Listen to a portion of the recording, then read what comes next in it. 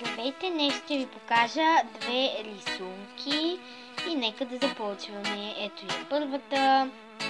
Първото е количка за бебе. Второто е лигавник. Третото е една бутилка за вода или млеко.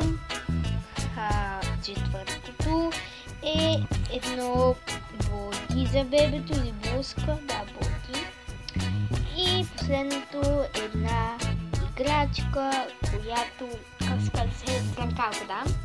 Ето. Тази рисунка според мен ми се получи добре. Ето. Гледах от една картинка и една рисунка. Нека да видим последната рисунка, втората. Така. Втората рисунка е една иконка или емоджи. Аз го наричам емоджи. И горе едно кексче. Ето. Кексчето ми се получи доста добре, много е сладко. Ето. Но ако на вас ви харесва видеото, дайте палец нагоре и се абонирайте.